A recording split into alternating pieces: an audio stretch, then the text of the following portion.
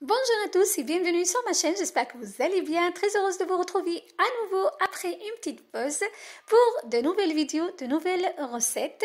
Voilà, donc aujourd'hui j'ai le plaisir de vous proposer des fonds de tarte, des fonds de tartelettes à base de palais breton. Recette facile et rapide à réaliser que je vous laisse découvrir en détail. Je vous invite également à vous abonner à ma chaîne si ce n'est pas encore fait, de liker, de partager, de commenter, ça fait toujours plaisir. Pour la réalisation de notre recette, j'aurai besoin des ingrédients suivants. 230 g de farine, j'ai utilisé de la farine sans gluten, 11 g de levure chimique, 155 g de beurre ramolli, 130 g de sucre en poudre, 3 jaunes d'œufs. Je commence par bien blanchir les jaunes d'œufs et le sucre en poudre à l'aide de mon batteur électrique. Voilà, j'ajoute par la suite le beurre ramolli, donc c'est très important d'avoir le beurre ramolli.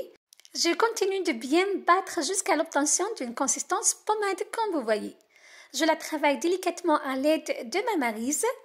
J'ajoute la levure chimique à ma farine. J'ai utilisé de la farine sans gluten pour mes palais bretons. Vous pouvez bien évidemment utiliser la farine du blé pour la réalisation de votre recette.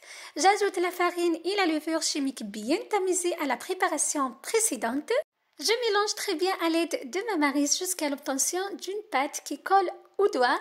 C'est très normal puisqu'elle contient beaucoup de beurre. Je filme, je mets au frais au minimum 2 heures. Après 2 heures, je ressors ma pâte de réfrigérateur, je la partage en deux. Voilà, en fonction de ce que vous allez réaliser. Là, je vais l'étaler donc pour réaliser un fond de tarte. Voilà, et l'autre moitié, je vais la garder pour réaliser des mini tartelettes et des fonds de tartelettes. Vous allez voir tout en détail. J'étale la première partie entre deux papiers sulfurisés. Je retire par la suite le papier de dessus. Je forme un fond de tarte, comme vous voyez, de 20 cm. Donc, le diamètre est en fonction de vos envies. Je l'ai mis au four pour 20 minutes et c'est bon. Notre palais breton est prêt. Vous utilisez une passoire ou bien un tamis pour bien ajuster les bordures. Je réserve de côté, donc je vais vous partager ma tarte aux fraises très prochainement. L'autre partie donc de notre pâte, je l'ai étalée de la même manière entre deux papiers sulfurisés. À l'aide d'un emporte-pièce, je réalise des mini-disques comme vous voyez.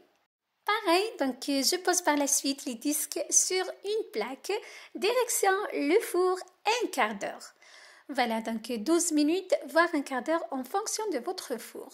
Et là, je réalise donc des fonds de tartelettes. Il suffit juste de mettre donc une petite quantité de votre pâte et l'étaler directement dans le moule. Voilà, donc c'est très facile et c'est pratique.